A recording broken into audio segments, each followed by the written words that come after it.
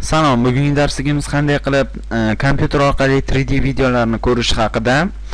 Demak, boshlaymiz. Buning uchun bizga Camplayer degan programma kerak bo'ladi. Bu programma juda ham qulay programma bo'lib, bu orqali xohlagan 3D videomizni ko'rishimiz mumkin. Demak, bizga 3D video ham kerak bo'ladi. Mana o'zimda 3D videolar bor. 3D videolarni torrent trackerlar orqali yuklab olishingiz mumkin.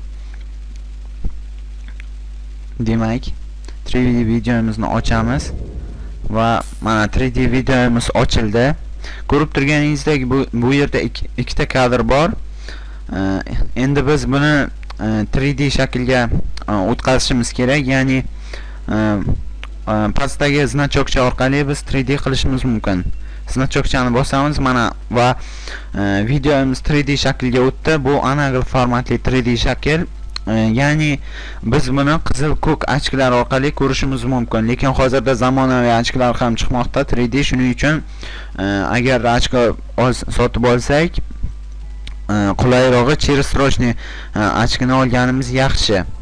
Agarda boshqa formatga qo'yish uchun bu 3D formatni biz boshqa ochko orqali ko'rishimiz uchun uni boshqa formatga qo'yishimiz kerak.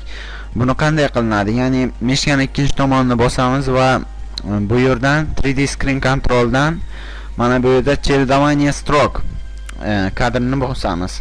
Va mana ko'rib turganingizdek boshqa 3D formatga o'girildi. Bu 3D format juda ham qulay va ko'zga uncha zarari yo'q va juda ham chiroyli va tiniq ko'rsatishi bilan boshqa 3D formatlardan ajralib turadi. Yoki biz shu videomizni 2D formatda ko'rmoqchi bo'lsak, buning uchun 3D screen controlga kiramiz va rядом 2D ni bosamiz.